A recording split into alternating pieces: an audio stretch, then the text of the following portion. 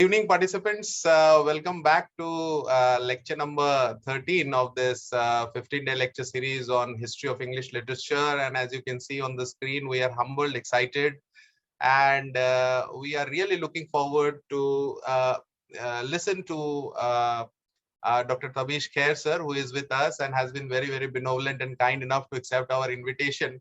And on behalf of Team DAATH Voyage, I would like to extend my hearty welcome. Thank you so much, sir, for accepting our invitation and willing to speak to a heterogeneous group, primarily consisting of a very young group, basically of graduation and post-graduation. On behalf of Team DAATH Voyage, I would like to take the honor and opportunity to introduce the speaker of the day, Dr. Tabish Khair, sir. Thank you. Dr. Tabish Khair, born and educated in the town of Gaya in Bihar, is the author of various books, including the poetry collections Where Parallel Lines Meet, which was published by Penguin in 2000, and Man of Glass by HarperCollins in 2010. The Studies, Babu Fictions, Alienation in Indian English Novel, which was published by Oxford in 2001. The Gothic, Postcolonial and Otherness by Palgrave in 2010. The New Xenophobia by Oxford University Press in 2016, and the novels The Bus Stopped by Picador in 2004, Filming by Picador in 2007, and The Things About Thugs by HarperCollins 2010, and Houghton Mifflin in 2012. How to Fight Islamic Terror from the Missionary Position, which was published by Interlink and Corsair in 2014. Just Another Jihadi Jane by Periscope and Interlink 2016-17, which was published as Jihadi Jane in India by Penguin, and Night of Happiness by Picador in 2018. Other Roots, an anthology of pre-modern travel texts by Africans and Asians, co-edited and introduced by Khair with a foreword by Amitabh Ghosh, was published by Signal Books and Indiana University Press in 2005 and 2006 respectively.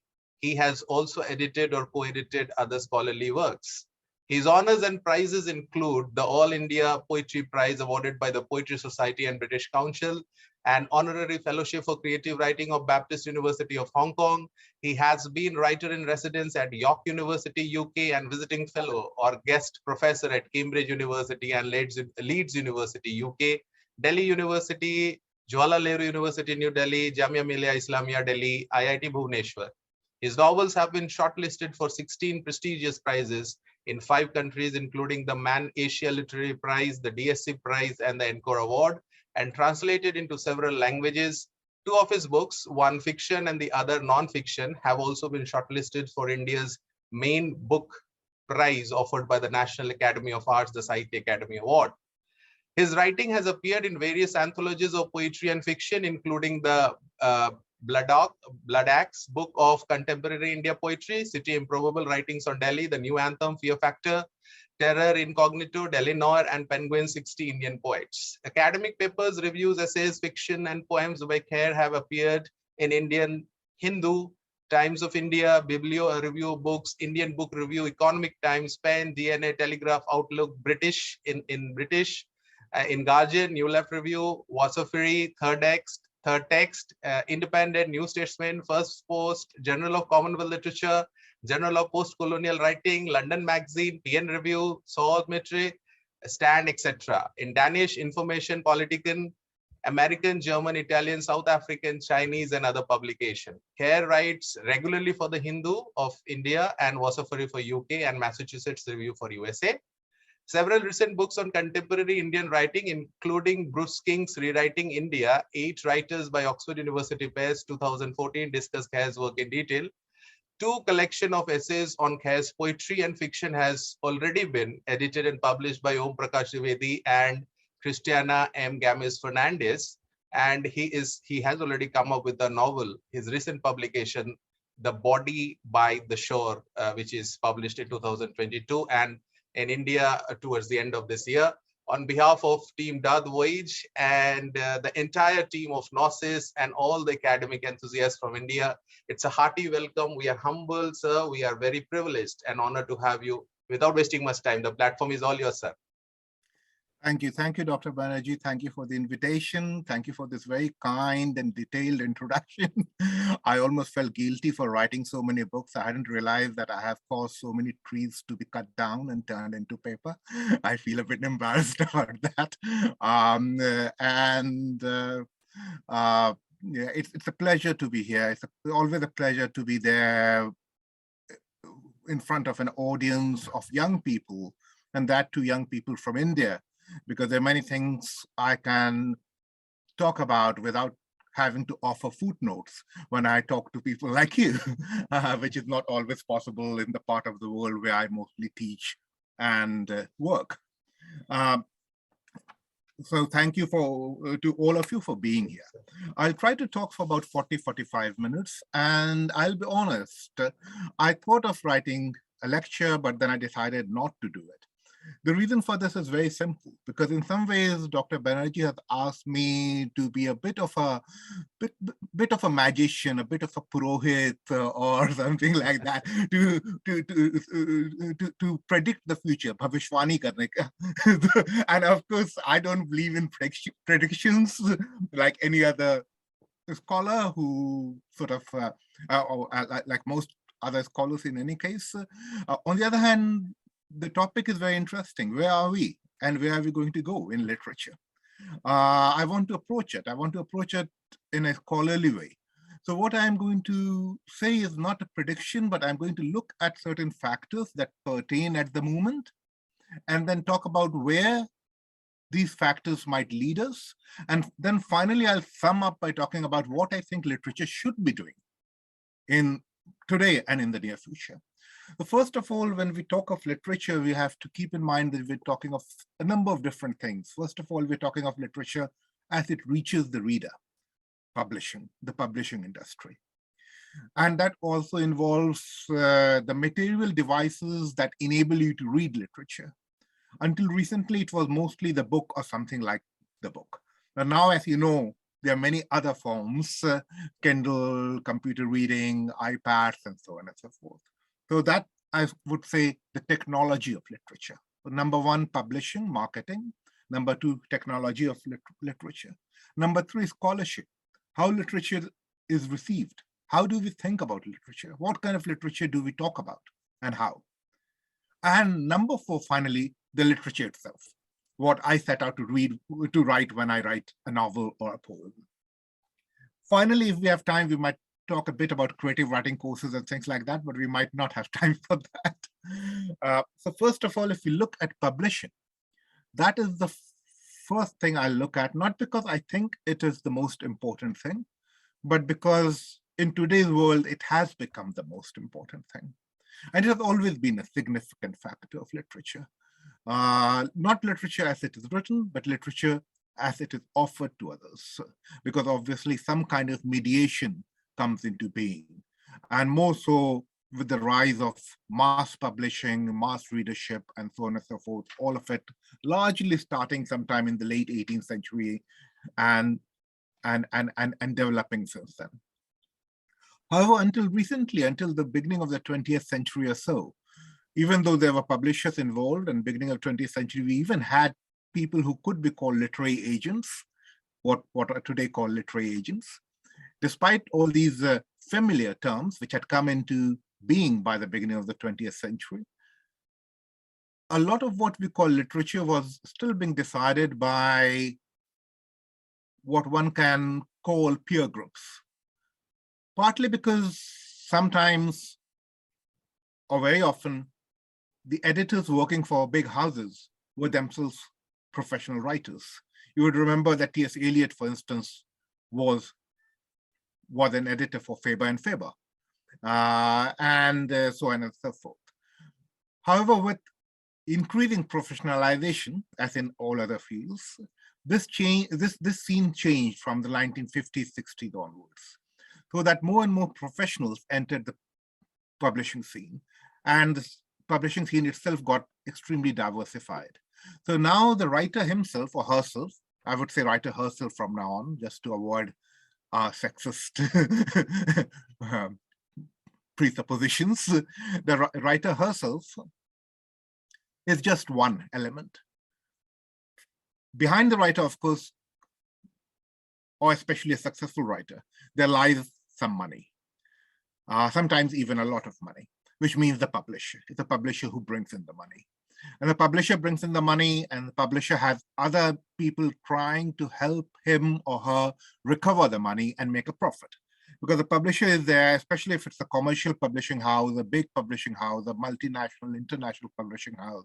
The publisher is there not just for the sake of literature, or sometimes not even for the sake of literature, but in order to run a more or less successful business. And a successful business is successful to the extent that it makes a profit. So the publisher brings in other people who are supposed to enable him or her to make a profit: marketing experts, advertising experts, editors of a professional sort. And in between, because this entire matter gets very complex, the literary author is sitting there in her room trying to write a book and finishes a book, then ends up going to this world full of, might not even be reading books like that often. Because of this complex matter, someone called the literary agent comes into being. This literary agent is supposed to actually help the author find a good publisher. And that's how it used to be in the past. Literary agents were very often in the 1930s, 40s, when people whom we could call literary agent had come into being. They were usually people of great commitment, even in the 50s, 60s, who were there because they cared for a certain kind of literature and they were pushing it in the publishing industry. However, with greater commercialization and professionalization, this has changed too. A literary agent cannot just be a person of commitment. The literary agent himself or herself has to make a profit in order to stay a literary agent, have a career. So everything ends up being more or less about money. So that is number one. This is something that has happened throughout the 20th century and has accelerated from the 1960s onwards. And this is unlikely to change. So one can expect that this will go on. This will stay as, I would say, as bad as it is today. Some people might differ from me, but I think it's pretty bad. I think it's pretty bad that the writer has been turned into a kind of so it will either stay as bad as it is today, or it will get worse. How do we negotiate that? How do people who write literature as literature negotiate that? What will it do to literature as it comes into being in the future? One scenario might be something like what happened to music. Think of music, think of classical music, whether it's in India or in the West, and think of popular music. Good popular music still very often shows some knowledge of classical music, but classical music has become a kind of a niche preoccupation. Some people do that.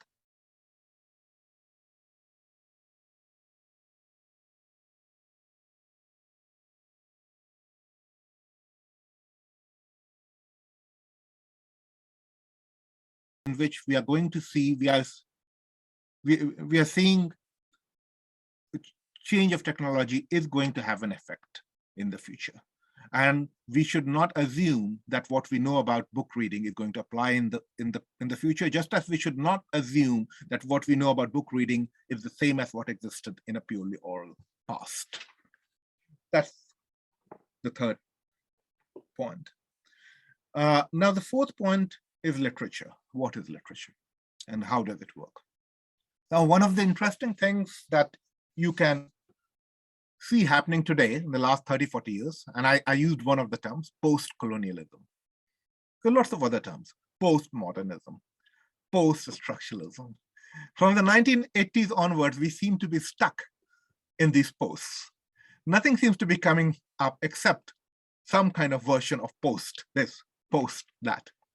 Thinking of this year, 2022, if you think back and think of 1922, and you think of literature, one obvious text that comes to mind, and I'm sticking to English language examples because obviously otherwise we can end up going everywhere. One obvious text that comes to mind, literary text that comes to mind, is T.S. Eliot's The Wasteland. Now that was published in 1922. We are exactly 100 years from the date of publication of The Wasteland. Now, The Wasteland was not the first modernist text in the world, or even in English. People like Ezra Pound had already published. Eliot himself had published heavily modernist poems like The Love Song of J. Alfred Prufrock, okay, before The Wasteland. However, The Wasteland is still seen as a decisive text, a text that influenced literature in a big way. It was also seen as a modernist text. Now, later on, from the 70s, 80s onwards, when other texts came up and we used the word postmodernism, then of course the question comes up, to what extent did postmodernism, or does postmodernism differ from modernism? And actually, if you look at all the categories, you do not really find too many differences. Very often you'll come across an essay on postmodernism talking about the ways in which postmodernism might differ. And you'll come across a list of various categories. And then you look at another essay, this time on modernism, and you come across a list of similar categories, sometimes by slightly different names. So in that sense, what is it about postmodernism that makes it very different? And there don't seem to be that many things. There are a few things. Linguistic play ends up becoming something slightly different. Now there's linguistic play in T.S. Eliot too, with a different kind of play. In postmodernism, it becomes play without really too much concern about whatever might exist behind language, as if the idea that language is the only thing we can talk about most of the time means that there's nothing behind language. So these are obviously philosophical differences, but as a literary field, modernism and postmodernism actually seem to share many elements. What I'm trying to say is that for the last few years, there seems to be a slight reluctance to formulate any major critical principle that would make us look at literature in different ways. Certain things sometimes come up. For instance, magic realism, which was very big in the 70s, 80s, and is still very often associated with non-European literature in particular. And you can see why it came up, because very often there was a kind of frustration with mainstream European lines of reasoning from the late 19th century, the Enlightenment mentality, one can say so. But that frustration is there in European modernism too. And that frustration, when it came from non-European spaces, was sometimes termed magical realism. Now, these styles seem to be there in different periods. Magical realism is in some ways not too different from surrealism. Surrealism is in some ways not too different from Gothic literature, and Gothic literature goes back all the way to the 18th century. So in that sense, are there categories that are particularly different that are going to come up now?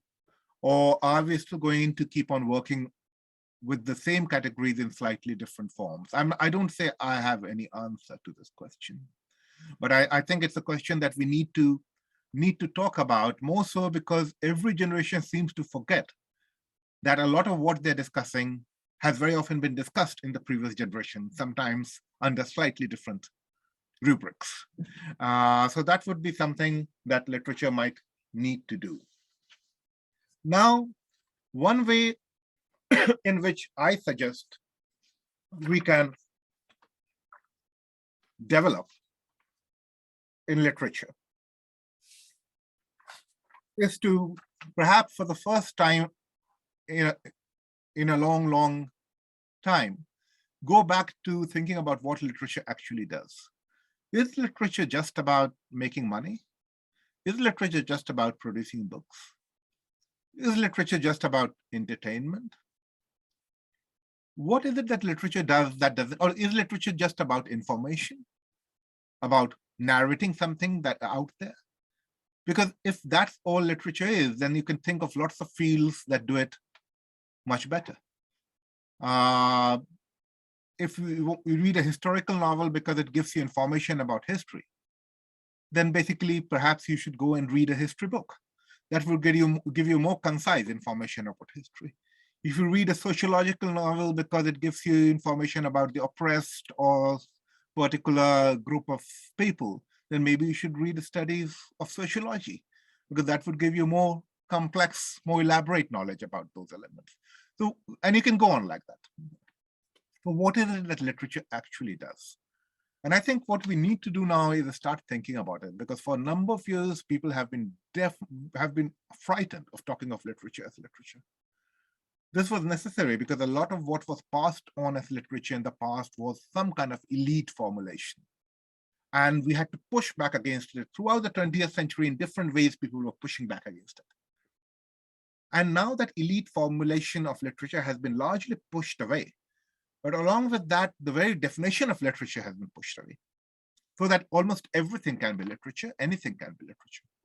And if that's going to be the case, then of course we cannot even talk of the future of literature. Then we can only talk of the future of publishing, the future of reading, future of entertainment, future of information, so on and so forth. So what is it that literature does? I think that is the question that we need to ask ourselves and try to answer in the future. And I'm especially addressing those of us who are students of literature, okay, who study literature. Now I'll start, well, I have about 20-25 minutes left. So I'll start by talking to you about a very ordinary short story by Anton Chekhov, the Russian writer, one of the great short story writers of the world. And talk about what happens or doesn't happen in this story. Now, the story is called the Requiem. And in that story, there's a tussle over a word. Mass has just been observed in the small village church of a place called Verny Zaprudi. Andrei Andreevich, a shopkeeper and an old inhabitant of the village, is angrily summoned by Father Gregory, who has just performed Mass, who is still standing there by the door of the church, wearing his vestments. Father Gregory thrusts a small note at Andrei, this illiterate, semi-literate villager, and says, "Was it you who asked for prayers for the rest of Maria's soul?" And Andrei says, "Yes." And Father Gregory says, "What's this?" Written in the note in big, broken, staggering letters, because the person cannot write very well, obviously, is this line: "Prayers for the rest of the soul of the servant of God, the harlot Maria." I hope you know the word harlot, whore, prostitute, okay? Biblical word, okay? Andrei readily acknowledges that he had sent the note. Father Gregory is very angry. It turns out that unlike what the reader might have suspected, he is not angry at being asked to pray for a harlot. "How dare you write such a note?" he asks. Because Father Gregory knows that Maria is Andrei's daughter. So Andrei, the villager, has written this daughter asking Father Gregory to pray for the soul of his dead daughter, this letter to pray for the soul of his dead daughter, Maria. And he has called her a harlot Maria, okay? And that's why Father Gregory is so upset. Andrei fails to understand the father. For Andrei, the small villager, semi-literate villager, his daughter, who had become a well-known actress in Moscow, is a harlot in biblical terms. Again, contrary to the expectations of some readers, Father Gregory is not really angry because Maria is Andrei Andreevich's daughter either. He has another reason, which allots a further significance to the word harlot, which he reads in a different context, a reading that Andrei cannot even comprehend. Despite using the word harlot, Andrei is praying sincerely for his dead daughter. He explains, because again, Andrei doesn't understand why Father Gregory is angry. So he says, but you know, the Lord in his mercy forgave this very, very, very thing, forgave a harlot. He stutters in response. Father Gregory, on the hand, is angry because he feels that Andrew is judging his dead daughter, while God has already forgiven her, or might have already forgiven her. He sees Andrew's use of the word harlot as a sin, an act of over subtlety. He actors Andrew, makes him do the penance of 10 vows and organizes a requiem in Maria's memory. Andrew goes back to the pews and thinks of his last meeting with his daughter, a small girl he had not even noticed growing up into a young woman because he was so busy working as a lackey for the rich. It is these rich people that, out of sheer boredom, had taken the pretty and intelligent young girl in hand and brought her up with ladylike grace, which had finally enabled her success as an actress. Andrew thinks of how 3 years before her death, Maria had visited him.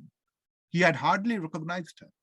A graceful, elegantly dressed young lady, she talked cleverly, as he puts it, as if through a book. Just before leaving, she had asked her father to accompany her for a walk along the river. There she had spoken enthusiastically about the natural beauty of the riverside, while Andrew had remarked that this space was simply being wasted. It should be put to some commercial use. It would be good for employment in the village. Not understanding his daughter's enthusiasm for the natural beauty of the banks of the river at all. Maria had burst into tears, and I'm quoting Shikov, she had cried and cried, drawing her breath greedily with her whole chest, as though she felt she had not a long time left to breathe, end of quote. As the singing continues in the village church, Andrew shakes his head, quote, like a horse that has been bitten, to stifle painful memories, unquote. Then he prays for his daughter. And this is what he prays. This is what he says. Be mindful, O Lord, of thy departed servant, the harlot Maria, and forgive her sins, voluntary or involuntary. He does not notice the unseemly word dropped from his lips, for no exhortation from Father Gregory can drive out what is firmly embedded in his conscience. This short story ends with a beautiful description, slow, sad, and alive, of coils of smoke, like a child's curls, drifting up from censer across a slanting patch of sunlight. Now, I hesitate to theorize about this story, just as I hesitate to theorize about any good work of literature.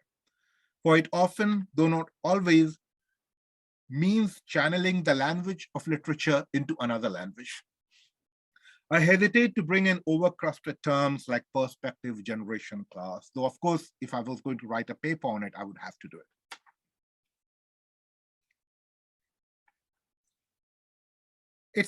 It even seems insufficient to say that the story is about the differences between Andrew and Father Gregory and between Andrew and Maria, both unsurmountable, both containing a degree of care, in the case of the relationship between father and daughter, containing genuine love.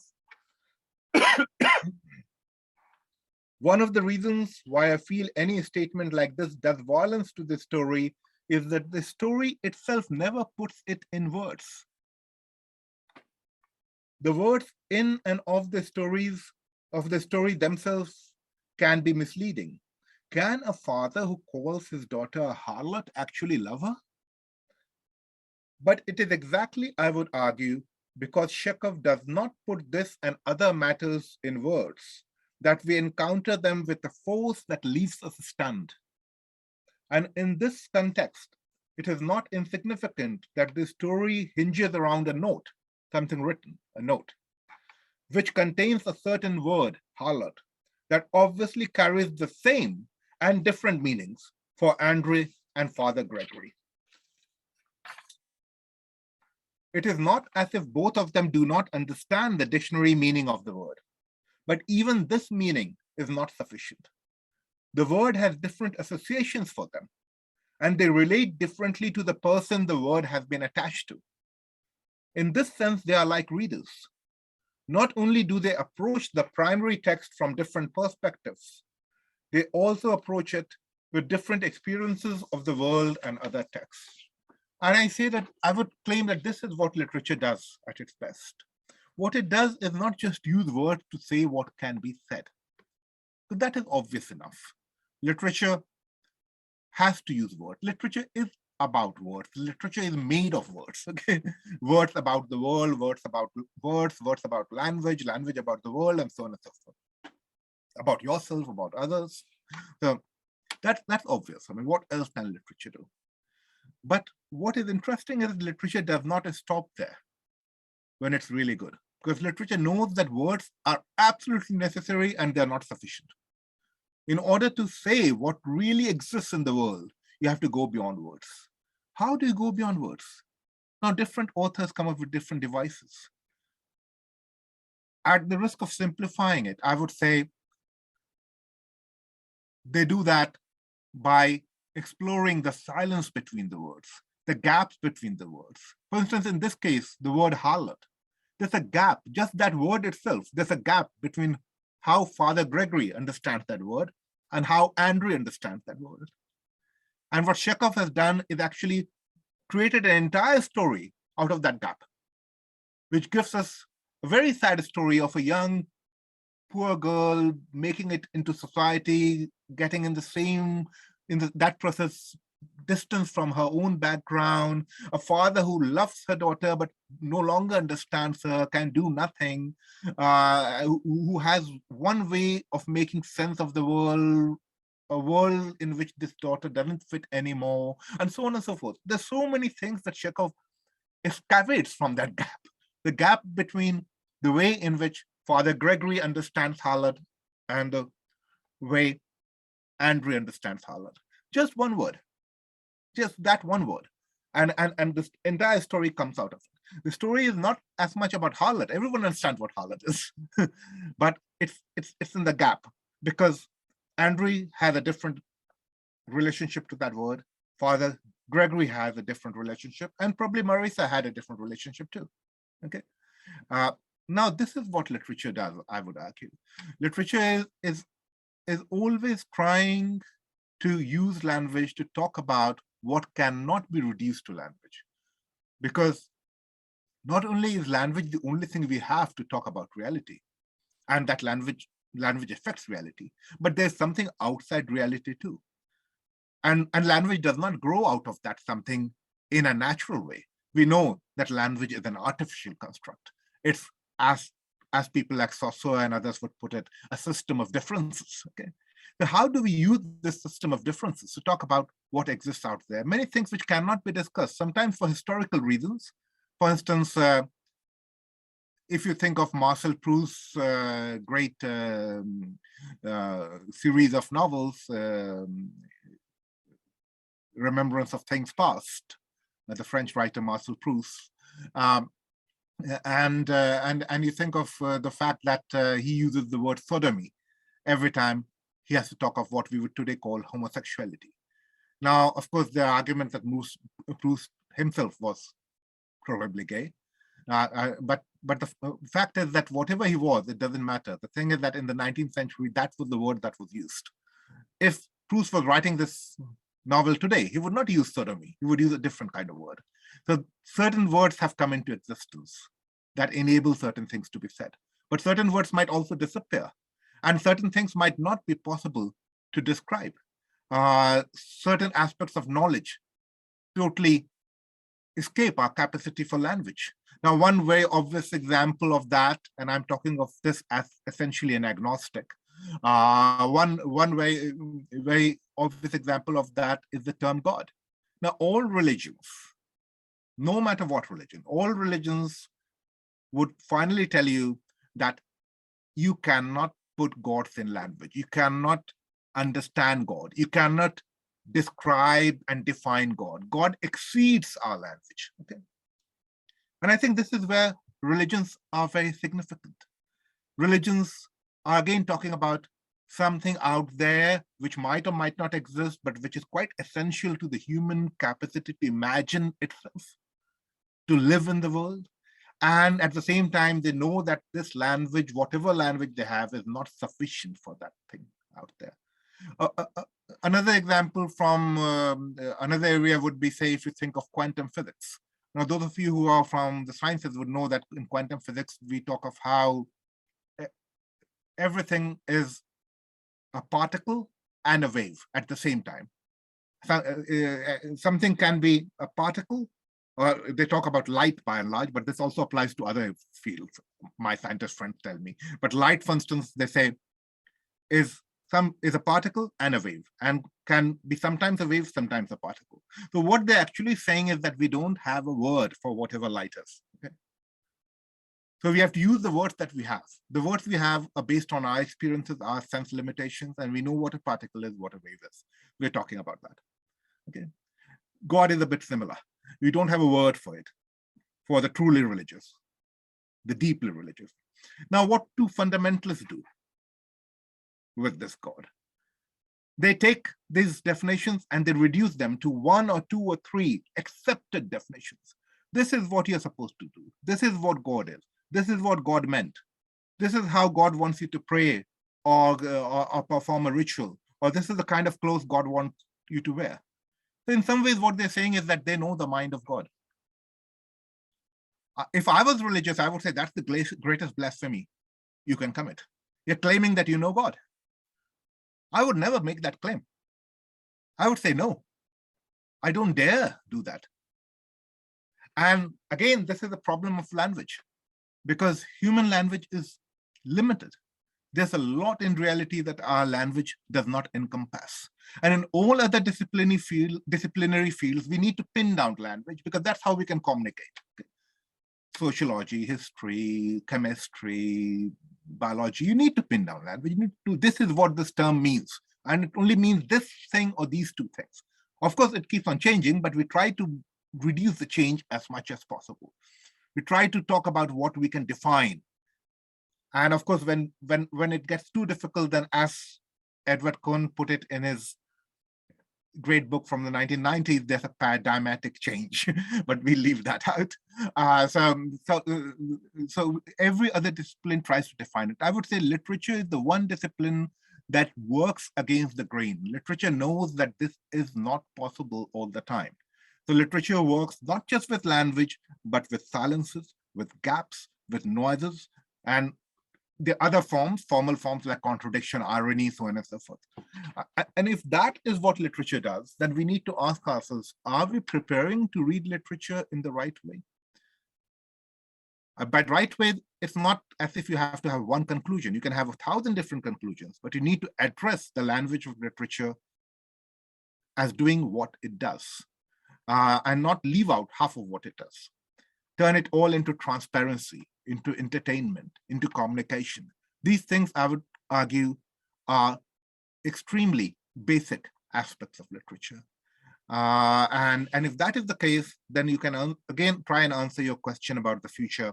If, for instance, we have a device that speeds up our reading. For instance, the cursor moves the lines on your screen down while your eyes move up. That speeds up your reading. Is that going to affect our reading or not? If we read on a device where there are lots of interruptions, your Facebook popping up a message, an email comes up, and Twitter sends you a message, and there are advertisements popping up all the time, can you really contemplate as deeply as you would if you had a book that could shut away the world? Now, these are questions we really need to answer now, because we are entering a different phase of life. And the idea that everything that changes is good is just as problematic as the idea that everything that changes is bad. Changes can be good or bad, depends on what we make of them and what they do to us. And it is we, ordinary people, who need to take a stand and decide and think about it. And I think in that context, literature remains important, because as I've always argued, literature is a thinking device. That is why all religions use stories. Can you think of single religion without stories? All religions preach through stories, not through precepts, not through rules. Rules and precepts are highlighted by the clerks of religion, the technicians of religion. Okay. When you look at the religious texts, what you come across are stories, and the stories very often give you slightly different versions of the same meaning. When you stop reading the stories, that's when you turn religion into some kind of technical matter, and you move towards some kind of fundamentalism. As long as you stay focused on the stories, you are getting the best out of religion, because then religion is doing what literature does at its best too. It is giving you some answers, but it's also making you think. It is a thinking device. It's not saying, as some people say, some very privileged people today say, oh, literature, I like literature because it doesn't take a stand. And I say, well, then you're not reading literature, because literature always takes a stand. Literature always asks you to judge. You cannot read literature without judging. You have to judge whether the literature is good or bad. You have to judge whether a character is doing something right or wrong. You have to take a stand between the hero and the villain and the heroine and the various characters. You would not be able to enjoy literature if you were not if you were not judging. But it's a different kind of judgment. It's not the kind of judgment that a judge makes, where the judge says, okay, this person is guilty, off with his head. In literature, even when we say, this is the villain, he has done something wrong, we still see how he ends up doing something wrong. We cannot just cut off his head and forget about the matter. And in that sense, again, religion enables that kind of thinking at its best, not when it gets turned into some kind of technology by fundamentalists or different versions of fundamentalists. So that basically was my presentation today. I think I have spoken for almost 1 hour now. So I'll take questions from you. As I said, I am not predicting anything. I'm just outlining some lines of development, and you can take up some of these elements or come up with your own elements if you want. Thank you.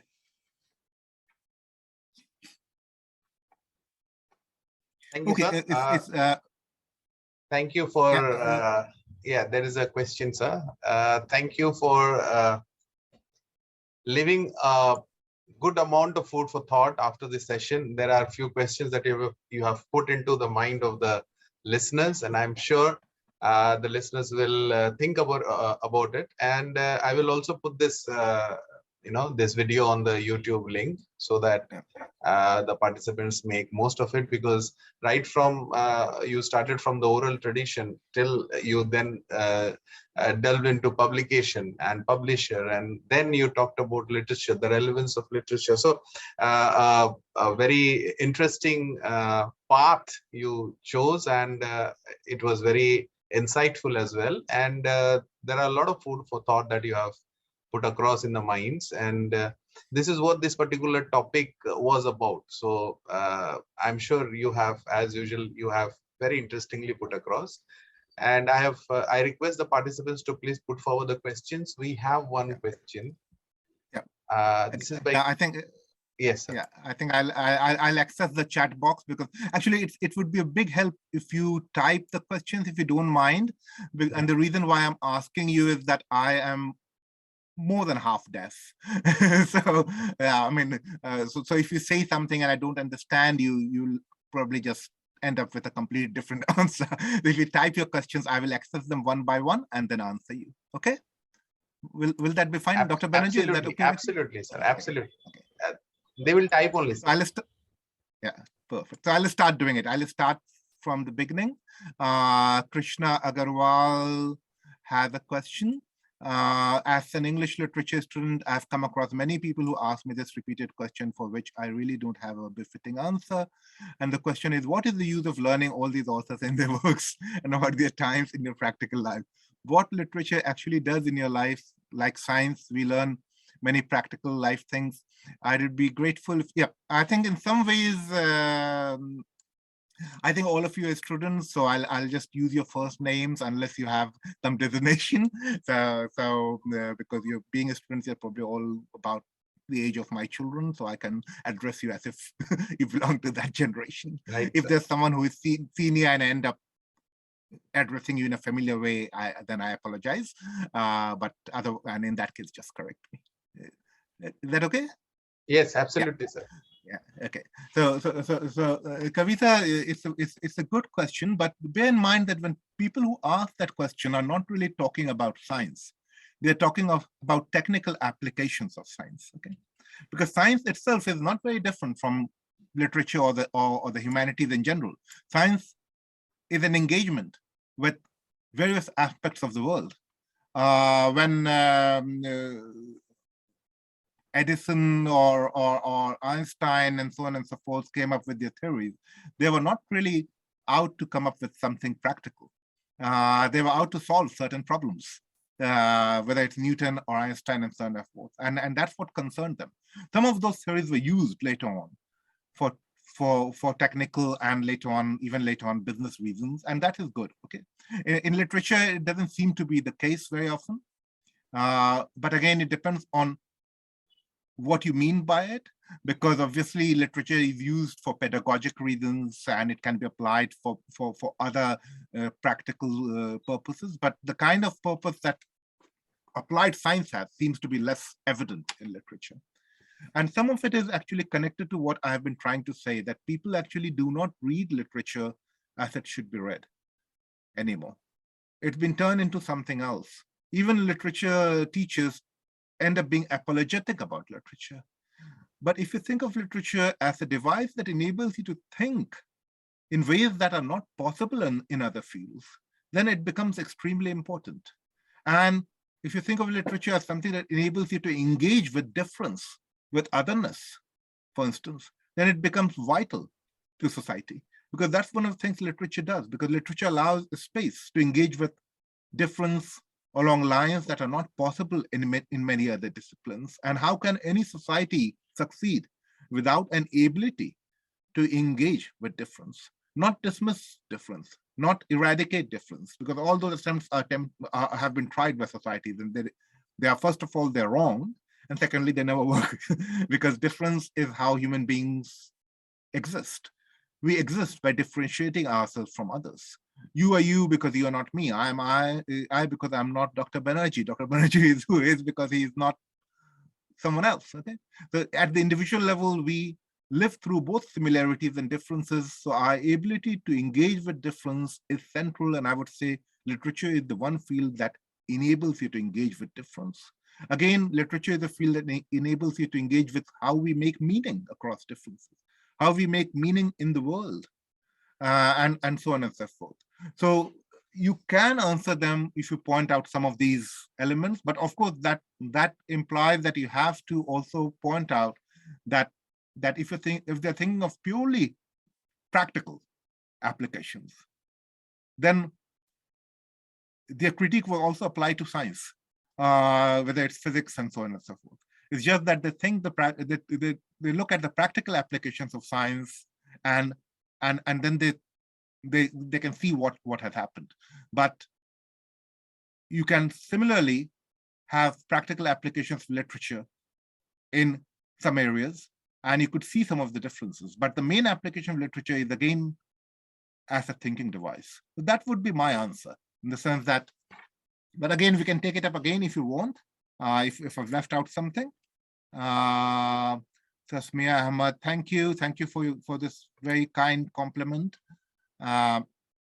What is poetry in a poem by Ganesh Savarma?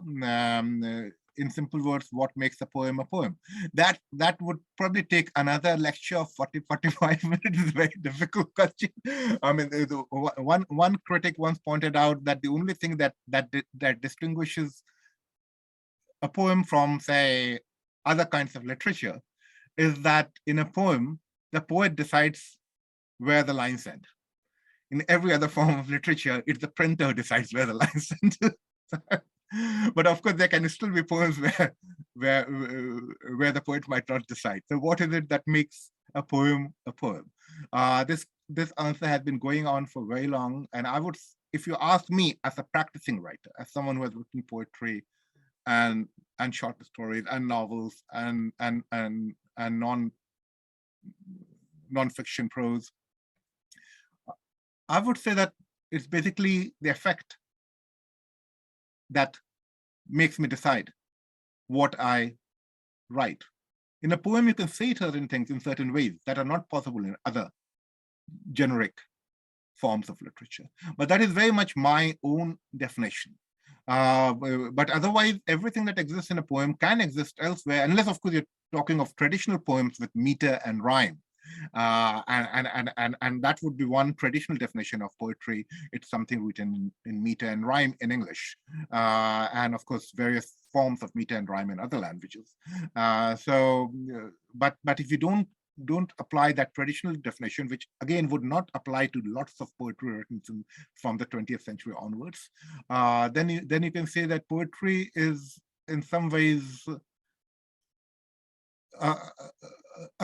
an attempt to focus language in ways that are not possible in other forms of fiction, especially the novel. The novel, for instance, is a much more extended use of language. That's one of the reasons why, again, talking of a writer, I find it easier to work on a novel while doing my regular job, because I can work on a 300, 400-page novel. I can come back to it, go away from it, be busy teaching or examining a student for 3 months, and then come back and read it from the beginning and to page 87 and write another 30 pages, and then get distracted again. This I cannot do with a poem. If I don't finish the poem when it sort of sounds very odd, but it's an old-fashioned word, but when it comes to me, I need to get its basic structure in place, and then I can keep on working on it. But if I don't do it, I sometimes cannot return to the poem. I don't know whether that answers your question, but that is all I can say.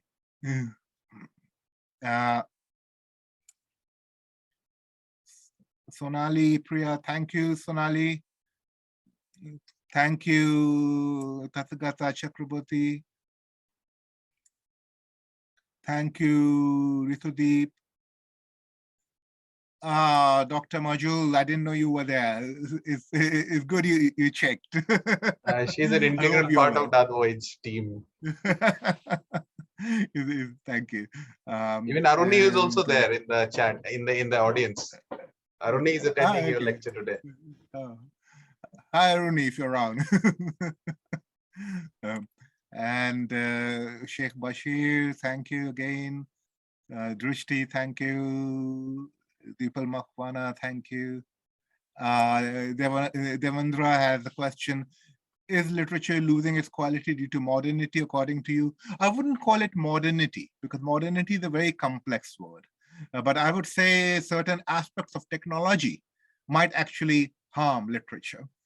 Just a certain technology is always a very complex thing. And it's a tool. It's like, think of a knife. No, a knife is was once high technology too, when it was first invented. A knife, and you can kill with a knife, or you can actually do useful things with a knife, and so on and so forth. So any technology has its advantages and disadvantages. And in this case, if we just adopt technology without thinking of what it might do, then maybe technology might harm literature. I haven't made up my mind yet, but I must say I have some doubts about digital reading. I'm saying this as a teacher because I do feel that students very often read very fast now. They focus only on obvious elements in literature, like, say, the storyline, the characters, and they don't have time to look in depth. They very often do not get the time to engage with complexities in the text. So that is my initial feeling, but as it's still very early, things might change. Kindle might itself change and become more like a book, who knows? But that is my initial feeling at the moment. Pooja Singh, thank you. My question is, how do you see the prospect of language translating the complexities in the near future? Taking into consideration the religious conflict, for instance, how do you think literature will offer a solution or perspective? Actually, at the moment, I'm working on a book called Literature and Fundamentalism, in which I argue that fundamentalism, as we know it, is essentially a mode of reading. It has nothing to do with religion. It doesn't have, it's a question of how we read religion. And in that sense, you can also have fundamentalism in other areas, and we did have fundamentalism in other areas. For instance, the ways in which a Stalinist read Marx was a fundamentalist reading of Marx. Okay, so and you can have fundamentalism in science. Positivism is a kind of fundamentalism in science, which says very rigorous, limited understanding of science. So, so fundamentalism, if you think of fundamentalism as a mode of reading, then I think literature is the best antidote to it, because literature is essentially inimical to that fundamentalist mode of reading. Literature is always about depth, concentration, um, context, both context in terms of space and time, and a multiplicity of meanings. And that actually, I would argue, is what we need. We don't need to become more scientific, as people say, because science can be turned to fundamentalist uses too. We actually need to become more literary. We need to become better readers of literature. Maybe that is the problem. Maybe we are losing the capacity to read our religious texts as literature, because that's what they are, first of all, and then they can be everything else.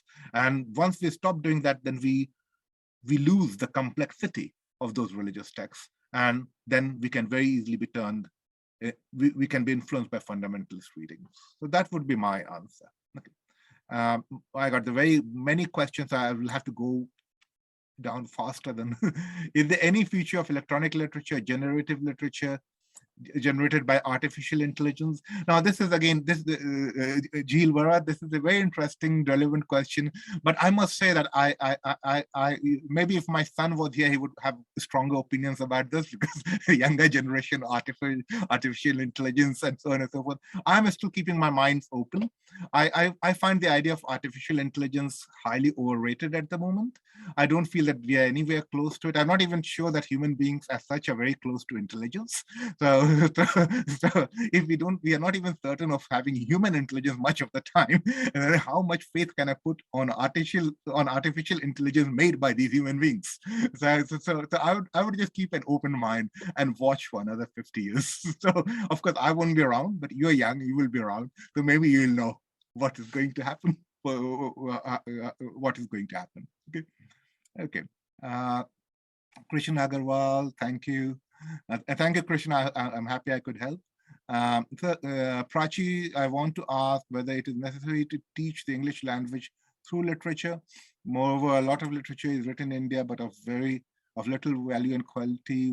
We don't see any path-breaking writing in the present, and what we have is more from the southern part of India. I think what you mean by literature is literature written in other languages, because you mentioned the southern part of India, and obviously you have some very good writers who have come out from the south and have now been translated into English too. So but when it comes to what you say about literature written in India, much of it is of little value and quality. That actually applies to literature written everywhere. Okay, I mean, much of it is normal literature. I wouldn't call it little value or quality. I would say it's normal literature. You know, Thomas Cohen, who wrote this book about the sciences, talks about how paradigms change, and he says he points out that within a paradigm, people work on what he calls normal science, which means that the paradigm throws up some questions, some possibilities, some options, and that's what scientists work on. When a major problem comes up and one cannot answer that at all, then there's a change of paradigm. So within literature, something similar happens. People work on what we can call normal literature. And it's only once in a while that someone comes up who breaks through and comes up with something that is exceptional. So I wouldn't say that the literature written in India is of little value and quality. Much of it is just normal literature, and then of course there's a bit that is extremely good too. The good news, as you would know, is that a Hindi novel has been translated into English, just won the International Booker, which is very good news. I mean, of course, I'm not overly enthusiastic as some people are who are talking of how Indian literature will get a lot of attention in the world. Unfortunately, I don't think that's the way the world works. But it's good news anyway. And the reason why I'm saying so is that when the Rabindranath Tagore won the Nobel Prize, people also thought that now Indian literature would get a lot of attention in the world. But nothing much happened actually after that. So the world is lopsided. All societies are lopsided, but it's good that this excellent novel won the International Booker, and maybe some more very good novels in Hindi and other Indian languages will get attention to. So uh, Agnimitra Roy, as many people would say, we are living partly in an Orwellian dystopian world. What is the scope for dystopian literature? Is it, well, actually, there's a lot of dystopian literature being written now.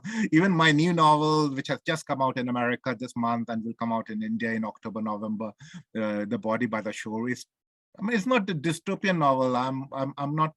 I'm not pessimistic enough to be totally dystopian, but it contains dystopian elements because it takes place from the 2031. It's narrated from 2031, and it covers the first 3 decades of this century by and large. So obviously, and your reference to Orwell is obviously quite appropriate. Of course, Orwell's position was that Big Brother is watching, and there's an element of that in every society now. We have entered surveillance society everywhere. It's not any particular country. Every country has more surveillance now than was even possible 30 years back. The technology itself makes it possible. But the other element of dystopian writing from the same period was that of having so much information that you no longer know what is what. And interestingly, that has come into being too. There's so much information that you don't know what is what. So it's not just a question of collecting what you know, of controlling what you know, but also giving you so much that all of it becomes redundant. And we are in that kind of world where 2 elements of this kind of dystopia imagined in the 1930s, 40s have actually come into being. So let's see what happens. But of course, that's a pessimistic version. There's also a lot of good things. So I wouldn't say give up. Thank you. And how can we separate the literature? Yeah, you see, literature is something that uses all that amalgamation. Okay, literature has no language of its own. It takes language from all different areas.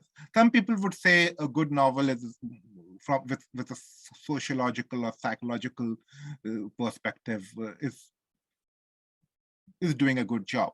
I'm a bit radical or maybe reactionary, depending on how you look at it. And I would say that if the novel is doing what can be done in psychology or sociology, then it is failing as a novel.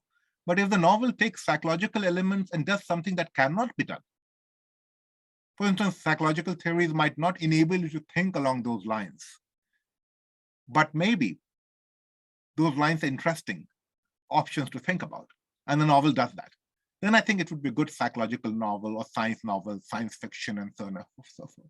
That would be my answer. Nipanjali, nowadays, I've noticed that readers in general have a tendency to emphasize on analyzing a piece of, be it art or literature, rather than enjoying it in an aesthetic sense. That's a very individual question, okay? And I know because sometimes analyzing something destroys it. I mean, the books I read, for instance, I don't write about certain areas of literature, especially, for instance, I love South American literature in translation. But even though I am sometimes asked to review translated literatures, I almost never review South American literatures in translation. I don't think I've ever reviewed South American literature in translation because I want to keep that space for the joy of reading.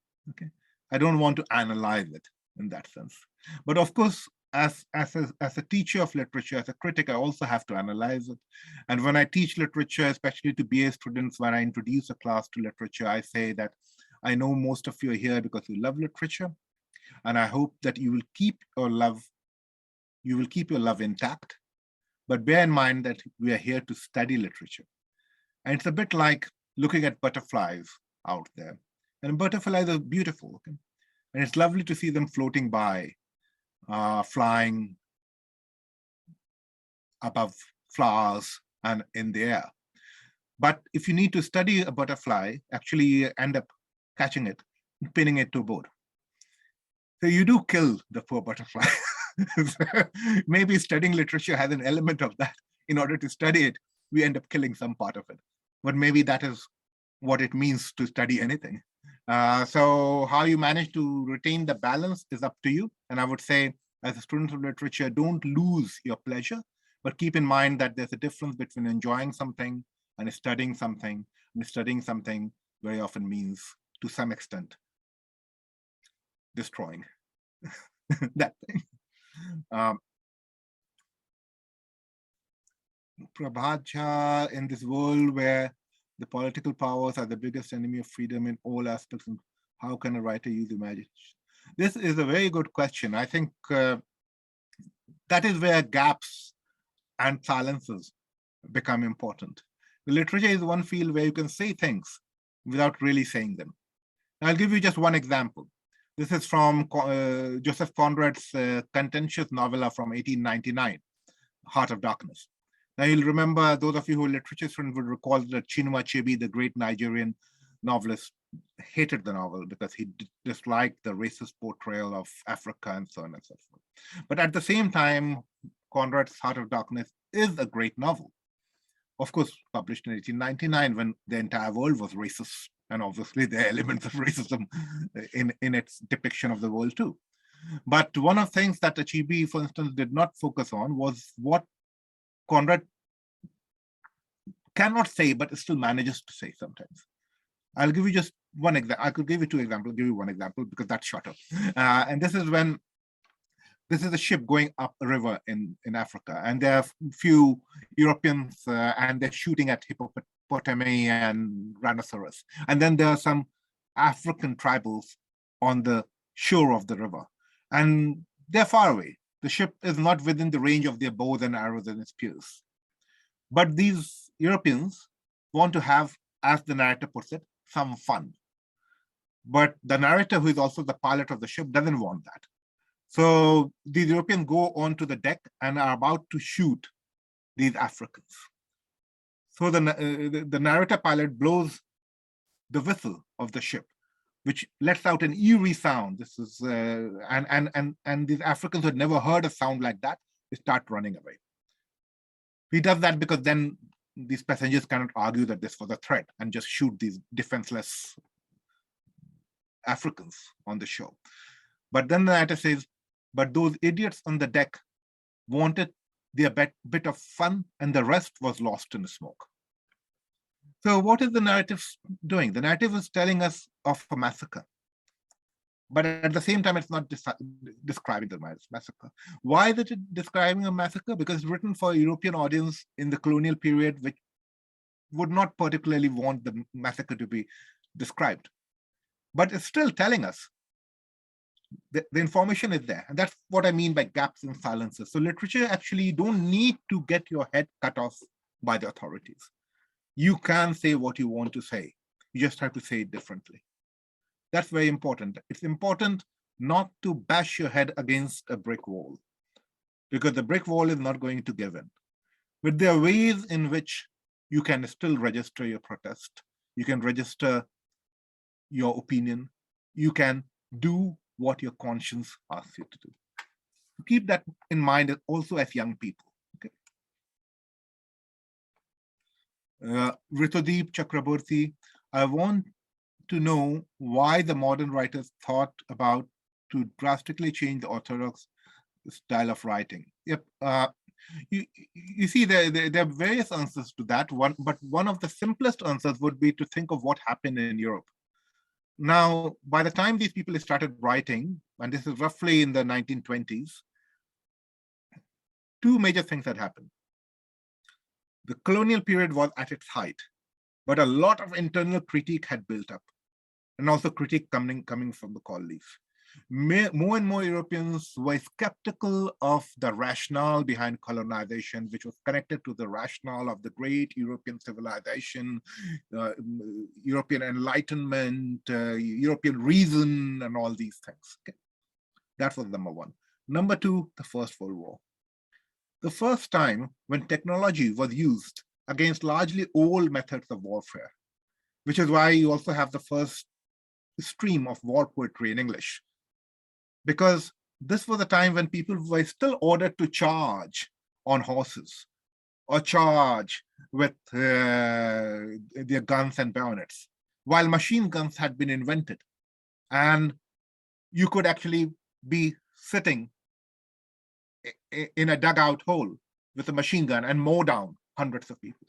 That experience of war, that experience of the lack of justification of colonization, information that many bad things had been done in the colonies and were being done, that combined to shake the belief of thinking Europeans in what had been told to them, that history is linear, history is progress, we are basically doing good, the reason is sufficient. And in reaction to that, you have writers writing against those forms of literature, against those beliefs, writing with doubt, with anger, with frustration, talking of, as T.S. Eliot puts it, ruins showed against, fragments showed against my ruin. Okay, so that is, I think, one answer. Okay. Considering the way Divyani Sajidani stressed upon the question, generation of new genres, magic realism, particularly found in works of Salman Rushdie, can root back to the T.S. Eliot touched upon. Yeah. Tradition and individual talent. Is newness even possible as it's literature that shapes our thought process, where we view the I'll answer it again. I can see that questions. I'm still at 20 new messages. I'm trying to get down. But by the time I answer a question, another question pops up. So I'll try to go as fast as I can. I think this is the last question we take. Okay, sure. I mean, okay, I'll just go through the rest of it very quickly and see. I'll give myself 10-15 minutes, okay? Because I feel bad about not answering questions from young people. There are a lot of congratulatory messages and thank you messages followed by this question. Yeah. I'll skip those and just look at the questions that are left. Okay. Yeah. Okay. So first of all, I think magic realism and Gothic literature are different in some ways. That's important because if you're a student of literature, it's important to keep that in mind. In Gothic literature is based on a very clear idea of conflict between black and white, light and darkness, and so on and so forth. Okay, so when something crops up in Gothic literature, there's horror, there's terror, and that problem has to be solved. In magic realism, there's no conflict. In magic realism, the real part and the magical part coexist. Okay, so what Salman Rushdie does is magical realist because of that, because that is how it is. Okay? In a real world, magical things can happen. Okay. Now, this of course connects to a philosophy of life, and if we had more time, we could talk about it. What might be more useful and what might be less useful. Now, but to answer your other question, newness, I think newness is something that comes into being between oldness. Newness is never a radical change, whether in the sciences or the humanities.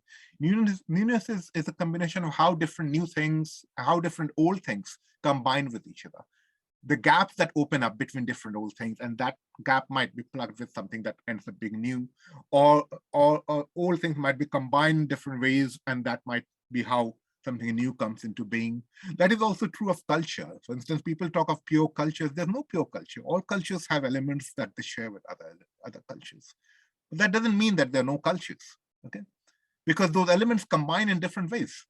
The ways in which elements combine in Bengali culture are different from that they combine in which they combine in Bihari culture. The ways in which the elements combined in Indian cultures are different from the ways they combine in Danish cultures, even though most of the elements might be similar. So that might be one way to look at newness. Okay.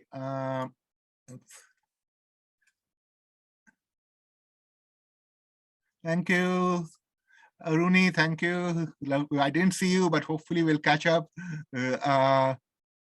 Okay. I think that's about it, no? I think I've come to the end of it. Is there anything I've left out, Dr. Banerjee? If there's anything that you want to bring up? No. You have answered all the questions. Yeah. So I think with that, we come to the conclusion of a very engaging, enriching discussion session. And, words are not enough to thank you, sir, for your kind gesture and for taking out so much of time and answering the questions, each one of them so patiently. I'm sure the participants have thoroughly benefited. On behalf of Team DAATH Voyage, I thank you, sir. It was an absolute honor and pleasure. It is people like y'all who motivate us to, conduct such series. And please take care and see you soon when you come to India. Thank you so much, sir. Please Thank take you. care. Yeah, and good luck to all of you. Thank you.